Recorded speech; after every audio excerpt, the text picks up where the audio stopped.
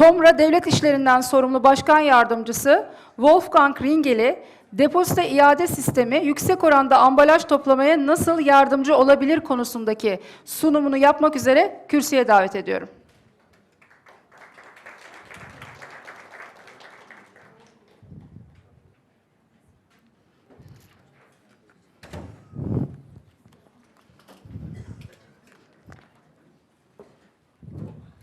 Hello.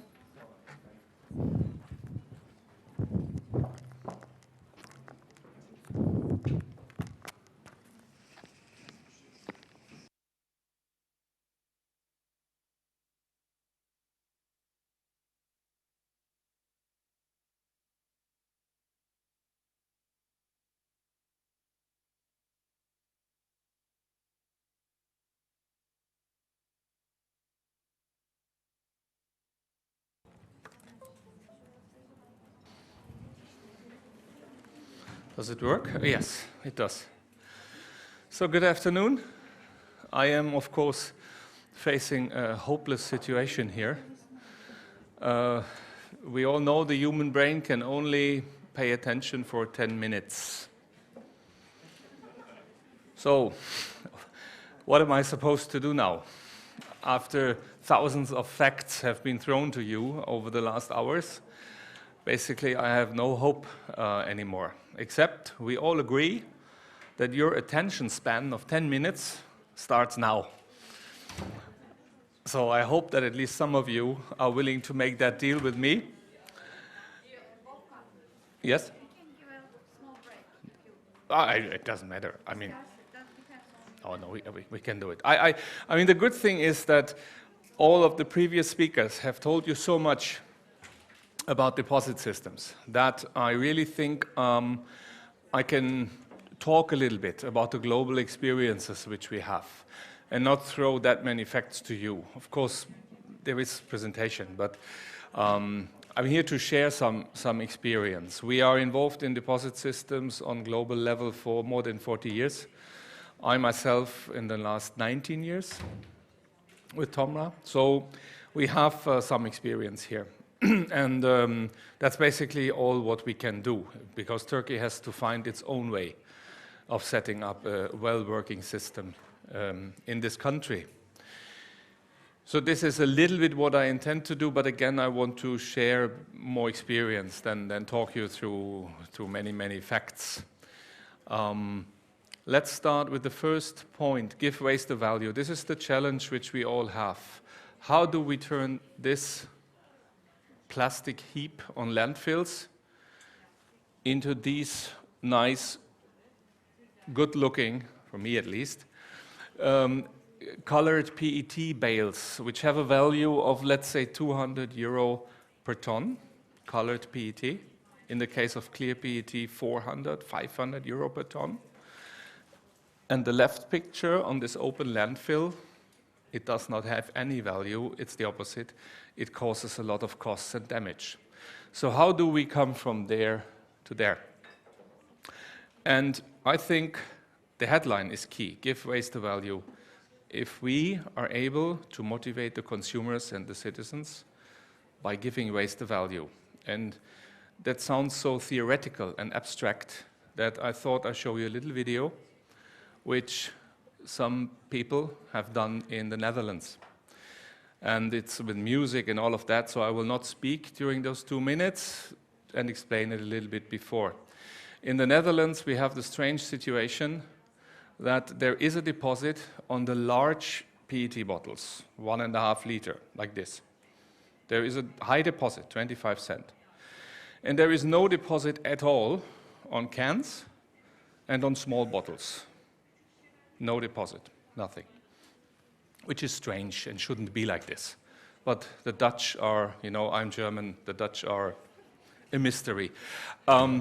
So that's the way it is. And now they have done a little experiment in one city in the Netherlands. And remember, the large bottles have a deposit and the small ones not.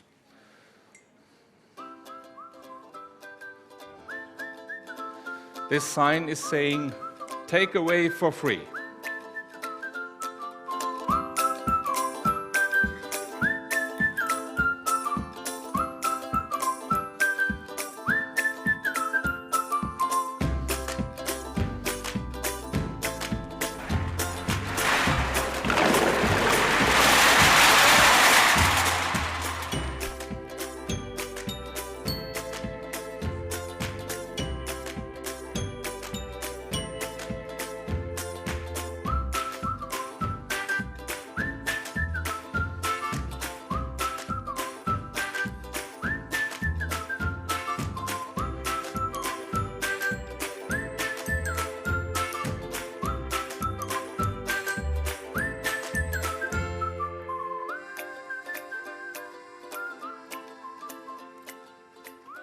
Why should I clean up after somebody else? And now the bottles with value.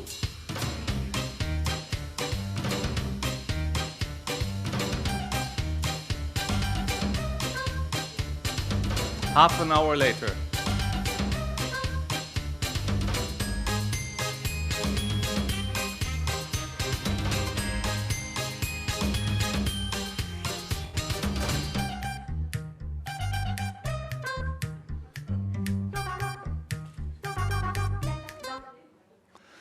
That tells you the value of a deposit system in a quite impressive way, with the same people in the same city, in the same country, and that tells you the story. So when we talk about a deposit system, it's a sum of money given as security for an item acquired for temporary use. Okay, again, this sounds very theoretical, but I tell you, half of you are right now in the middle of a well-working deposit system while you are sitting here in this room. Does anybody have an idea what I mean? Nobody? The headphones. Half of you have headphones, and you had to give your passport or your ID to get the headphones. You gave an item as a security for another item for temporary use, and you will get your ID back when you return the headphones. That's a deposit system, nothing else. So deposit system is daily life for all of us in many, many ways. We just don't realize it. When we go to a to supermarket, and I don't know if it's the same in Turkey, but at least in Germany, when you go to a supermarket and you want a shopping trolley, you have to put in a coin in order to unlock a chain, and then you can take the trolley. It's the same thing. So deposit systems surround us in many, many ways. So it's not that unusual to extend them to beverage packaging.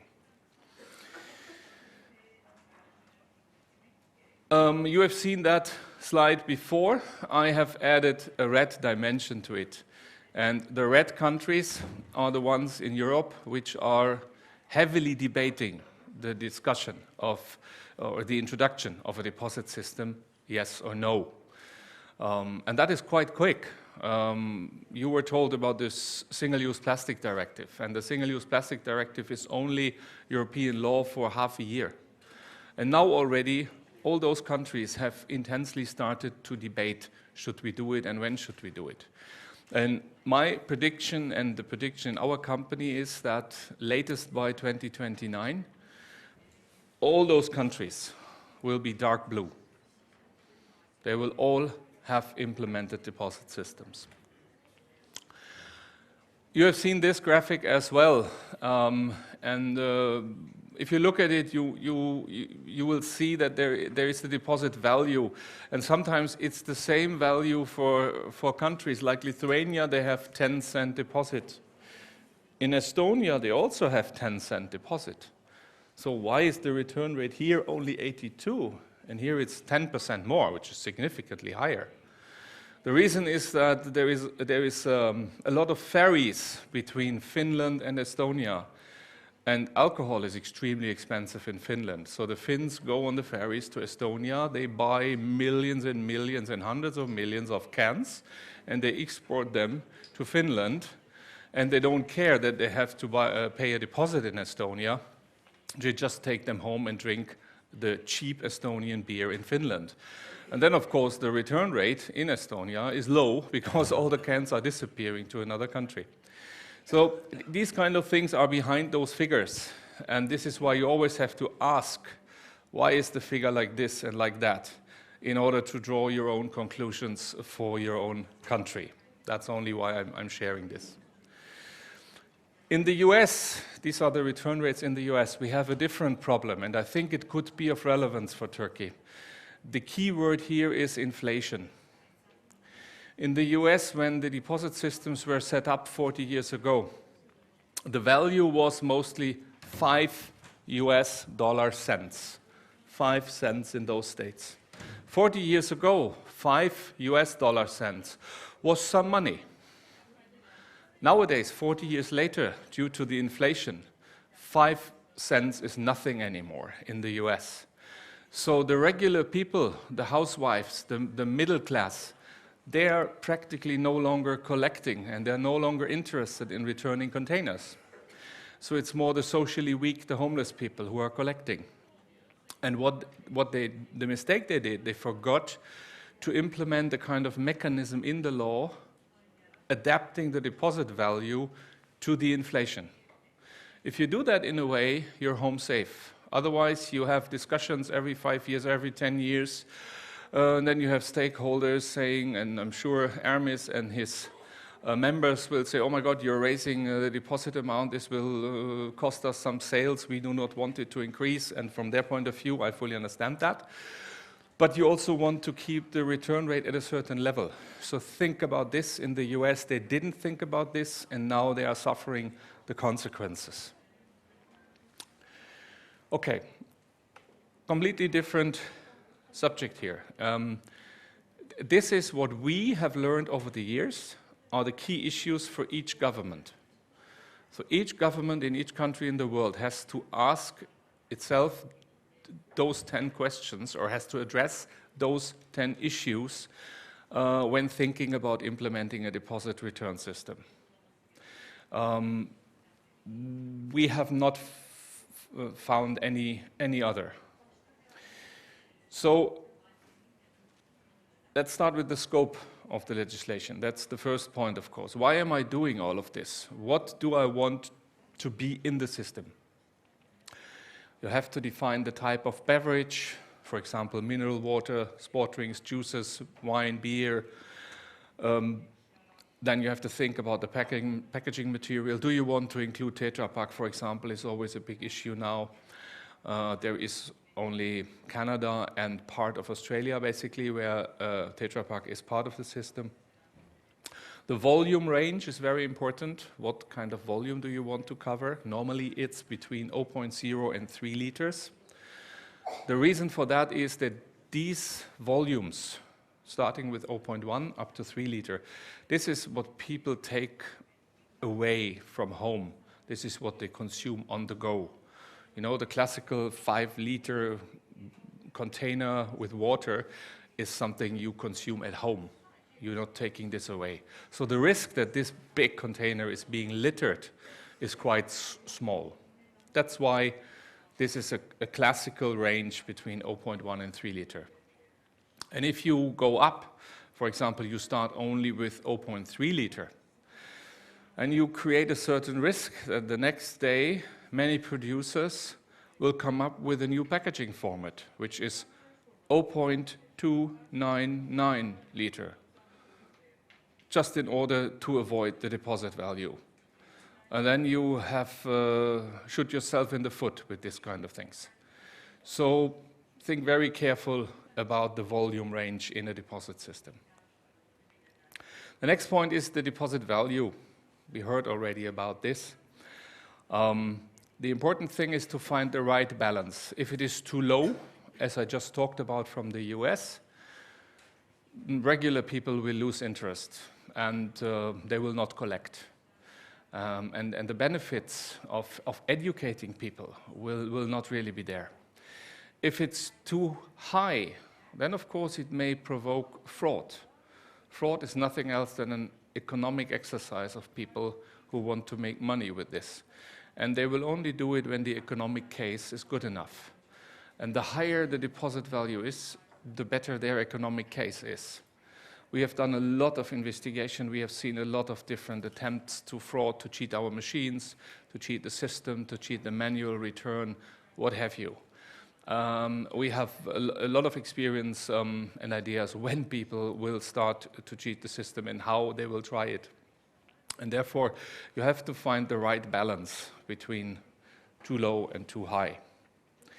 And then you will ask me now, okay, how do you calculate this? It's not so easy.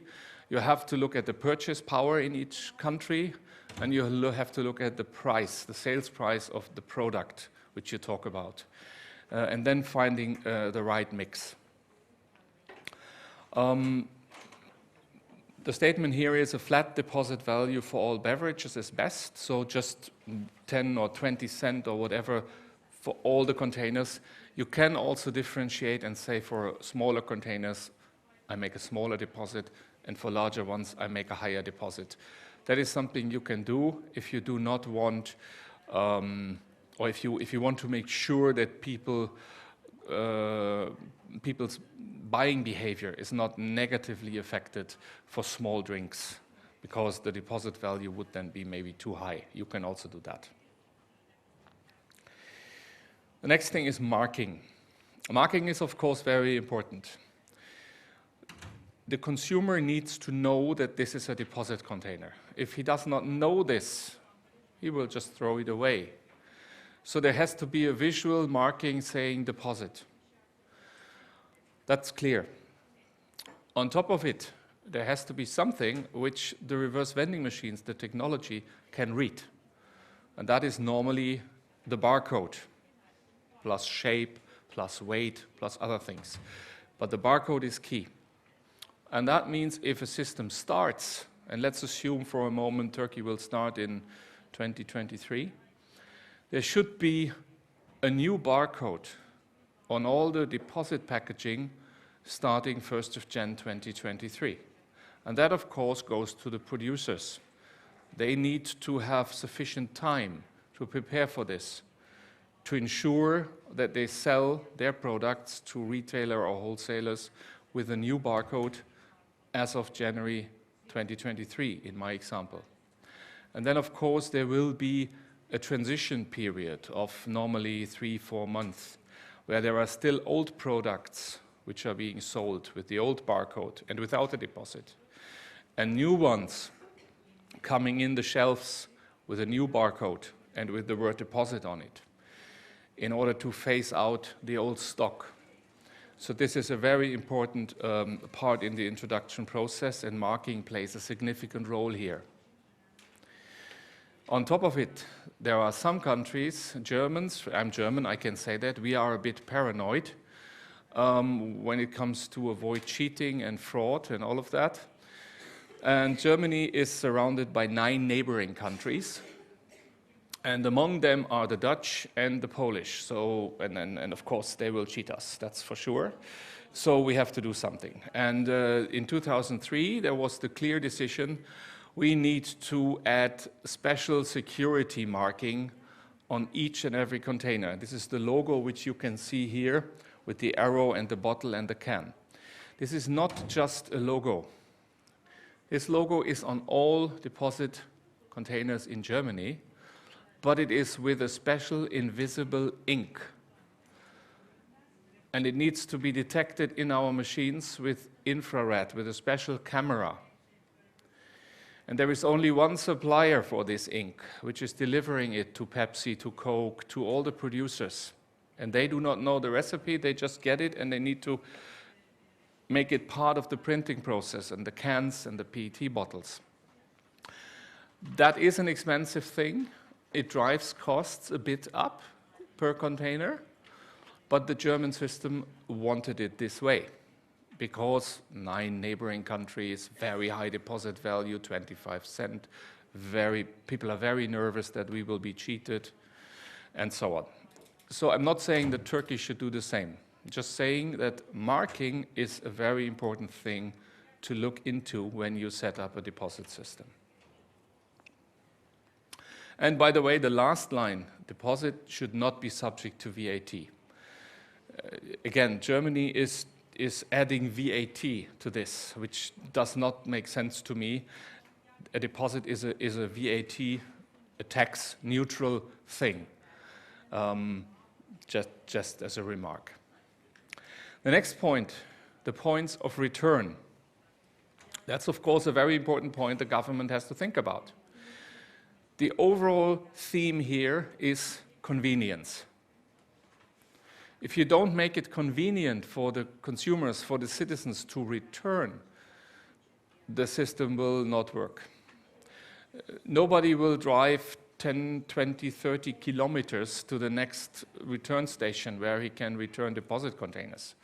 That causes additional traffic. From an ecological point of view, it's stupid, and it does not really motivate people. So what is the most convenient system, and that is what happens in the vast majority of the 40 countries in the world which have deposit systems, is a so-called return to retail model. So the retailers are obliged to take back deposit containers. They are, of course, not obliged to make that clear to invest in a reverse vending machine. And this is what these two pictures are symbolizing. They can either say, well, for me it's better to have a machine, or they say, no, I'm doing this over the counter manually and take it back. That's the decision of each retailer, what he wants. In many jurisdictions, there are exemptions being made for small shops, because small shops, small kiosks, very often they don't have the storage space to take back these bags full of containers and so on. And therefore, very often the legislator is saying under a certain limit of, let's say, 200 square meters per store, you are not obliged to take back anything. If you want to do it as a service to your customer and to your consumer, of course you can do it. But you're not obliged to do it. And that eases the situation for many small stores in many countries. If we assume for a moment there are big supermarkets, discounters like Aldi, Lidl, and even bigger supermarkets, of course they need to invest in machines because they cannot take back manually thousands of containers on a daily basis. That's too costly. But if they take this investment, they should be compensated for that investment. And they should get what is called a handling fee, Chris has also mentioned it, and Kjell Olaf, from the system operator. That's only fair. Next point, organization and roles. That's a key point, of course. The first question is, who should run the system? Should it be run by government? Should it be run by retail and industry? Should it be a mix? And that has a lot to do, of course, with the experiences in the respective country and the trust which government has to stakeholders, but also with the effectiveness. And I can only say that we know there are some countries in the world where the government runs the scheme. California is one example, Croatia is another example, Hawaii, and not many more. And our experiences so far, honestly, are not that good with the government running the scheme. Give you the example of California. In California, a government fund operates the scheme and gets all the deposit money, which is for the sold containers from Coca-Cola, from Pepsi, from Nestle, from Danone. All the deposit money goes into that fund. So they were sitting on a lot of money, and they were sitting on the unredeemed. Unredeemed, you know, there's always a difference. 100% sold to the consumers, but only 70, 80, 90 is coming back. So there is this nice delta, which is a lot of money. And in California, in the good days of the system, this fund was sitting on a lot of money. And that's where the problem started, because California is almost bankrupt, like most of the US states are. So the government of California thought, wow, wonderful, there is a rich pot of money, and it's basically my pot of money because I run the system. And suddenly, the financial reserves of the deposit system, they disappeared, and the government used it for something completely different. Some years later, when the system was not in that good shape anymore, it needed some modernization, infrastructure, investment, whatever, there was no money in the system, because the government had taken it. And if you consider a government-run system, I think you must make sure that there is something like a firewall between this fund and the chance for the government to take out money of this fund. Because the overall leitmotif should be that the money stays in the system and helps to finance the system, paying, for example, a handling fee to the retailers, as I said, when they invest in machines or whatever, but not allowing that the government is just taking that money and running away with it. I I don't want to go through all those lines again, because I think it's more important to talk about my experiences. Very important is that it should be a centralized system, not a decentralized system. Only in a centralized system you have control over what is happening in the system. The German system is unfortunately a decentralized system, and I could talk for 1 hour about why this is not good, intransparent, and drives costs. So you should have a centralized system, like, for example, the Norwegian one, which Kjell Olaf has presented. It's much more efficient, you have much more control of things which are going on there. And it should be a not-for-profit system. The idea is not that a system makes money, as I said. It should clearly be very effective, but also very economic. So, unfortunately, this Donald Duck picture should not be the target of the scheme operator. And the important thing is that this centralized system operator is also the clearinghouse of the system. If we go for a moment to Germany, we have almost 19 billion containers in the system, and that means more than 4 billion euro of deposit money are floating around every year in the German system. More than 4 billion euro is what the consumer is paying when he buys drinks, and what they get back when they return the containers. And there has to be a clearing system in the background, which is extremely important to organize that in a good way. And therefore, that's one of the reasons why I'm saying go for a centralized system. And the system operator, of course, also reports the results of the system to the government and should run public awareness campaigns like the nice tennis ball advertisement you have seen from Infinitum. The financials, I don't want to dig deep in that because Chris has talked a lot about this, and I have already said it's very important that the unredeemed deposit stays in the system and helps to finance the system. Let me leave it there. System integrity and security is a very important point. The clear center of the system should be the barcode of all containers. And data encryption standards are very important as well. So when a shop or reverse vending machines pays out deposit, basically, then there are data created in the brain of the machine. Those data are being downloaded online. And each data set represents money. As I said, in the case of Germany, more than 4 billion euro. So those data have to be encrypted, and the standards for these data encryption have to be set by the central system operator as well. Just like a central barcode database, very important, has to be updated constantly. And by that, to make sure that the consumers are not losing faith in the system. So, for example, if Pepsi would introduce a new product in the Turkish market, and they call it Pepsi Blueberry, new product. And of course, it has a new barcode. It's a new product. This barcode has to be forwarded to the system operator at least 1 month in advance before Pepsi is selling the first product in Turkey. And this system operator has a broad database with barcodes of thousands of barcodes. And he integrates this new barcode in the database.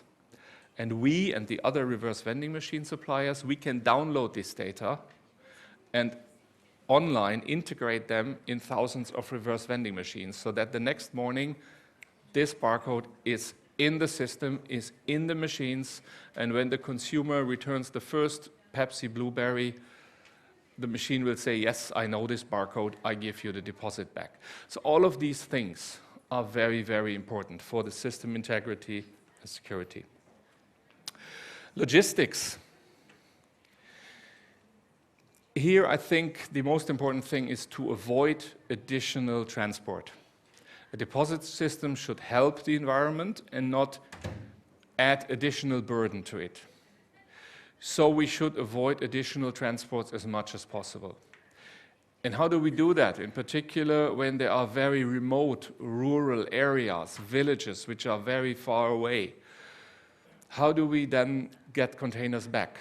And the answer should be we use the same logistics which go there. There is always a truck, even going to the most remote village, delivering goods for the local grocery shop. And this truck normally goes back quite empty. Why does it have to go back empty? It can take back the bags with the containers and bring it to the next counting station of the system operator. So let's use the reverse logistics as much as possible. This is basically the experience I want to share here without going into too much detail. Targets and penalties, extremely important. In particular, if a government thinks, okay, we will give this job to retail and industry, we will let them be the system operator, you have to make sure that they are in a framework where they cannot escape. That's extremely important. Otherwise, there is a big risk because obviously they are not interested necessarily in a high return rate and paying out a lot of deposit. And that means there must be, in particular, a clear return target, 70%, 80%, 90%, which is an obligation on all the stakeholders. And in case they don't meet these targets, there must be clear sticks behind the door, clear penalties, punishments, what have you. And that can be different things. If you don't reach the 90% return target, there will be an additional eco-tax. If you don't reach the 90% target, the deposit level amount, 10 cents or whatever it is, will double automatically until we get to the 90%. It will double again and again, for example. I see already Hermes is getting very nervous because of the beverage industry. I'm just giving examples. Right? But it's very important also, you know, if there is a retail shop and the retail shop says, well, I don't care, I don't like this deposit system. No, I know I'm legally obliged to do it. I have to take back the containers, but I'm not doing it. Then there needs to be a fine in the legislation, like for wrong parking in the wrong space. You know, it's nothing else. You're not obeying the law, you have to pay a fine. So this chapter in the law about targets and penalties is extremely important, in particular if you say we give this job to retail and industry to run the system. On the other hand, turning it around, my experience is that when this chapter is well written, you can relax and you really can let the job being done by retail and industry, because then the system will clearly perform. Last point is the compatibility with existing schemes. In some countries, you have already well-working curbside systems, green dot schemes, whatever you want to call them. And they, of course, I mean, there is contracts, there is relationship between municipalities, the system operator, and so on. The municipalities very often get money for separated material and all of this, and you are interfering into this. So you must make sure that the new system is compatible with existing schemes. The more we talk about what I call developing countries, we are also active in China and in India, you do not have that problem that much because there is not so much of a well-elaborated waste management infrastructure. But the more elaborated it is, the more you have to think about this aspect that it needs to be compatible with the existing system. So, this lucky people, you have almost made it. This is my last slide. What is the essence of all of this? Use existing experiences, assess existing variations, and then develop a tailor-made best practice system for your country. That's exactly what you're doing right now here. The second thing, don't mix up a green dot system or curbside system with a deposit return scheme. A green dot system, and I tried to illustrate this here, is like going through the jungle with a machete where you do not really know where you are. It's very hard to control the system. Retail industry will try to escape, and you do not know what is a faked recycling statistics and what has really been recycled, and it's really, really tough. And on the other hand, you have a scalpel situation, where you can very, very fine-tune the system. Again, like Kjell Olaf said, we return unit by unit. So you can perfectly see in a centralized dashboard system. Today, the retail shop in Istanbul South has taken back 5,000 bottles and cans. 2,200 were Coca-Cola, 1,100 was Pepsi, da, da, da. You have a survey which you cannot imagine about this system. And you can also detect things like fraud very, very rapidly and simply. If you have suddenly 2,000 cans of Coca-Cola vanilla being returned one day in one shop, something is wrong. Coca-Cola vanilla, who drinks that? This is an exotic drink. 2,000 in one day, something is wrong. And you know, at this shop, something is wrong. So I'm doing this to illustrate that you cannot compare these systems at all. Third lesson, or third recommendation, the biggest contribution of a government is a well-thought legislation. If the legislation is well done in place, no public money will be needed for this system. No operatorship needed, but control. You have to be in the driver's seat, in the supervisory board or whatever. Control, yes, but no public money. And the key is the legislation. And the last point, provide sufficient transition period between the publication of legislation and its entering into force. Why am I saying that?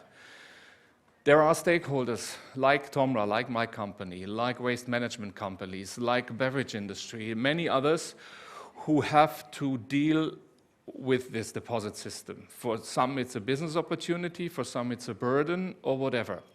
But everybody only knows the facts in the moment there is a law and the law is being published.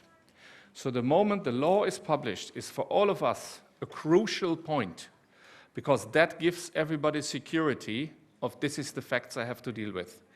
And from that moment on, everybody has to have sufficient time to prepare for the moment when the system goes live. In the European Union, this time span has to be 1 year at least by European Court of Justice decision. In the case of a huge country, a large country like Turkey, which is absolutely like Germany, and I was involved in the German implementation 15 years ago. That is huge, and I would clearly recommend make this at least 18 months between the publication of the law and system going live when the first consumer is buying a container with a deposit. So I hope that was not too painful and not too boring. And thank you very much for your attention.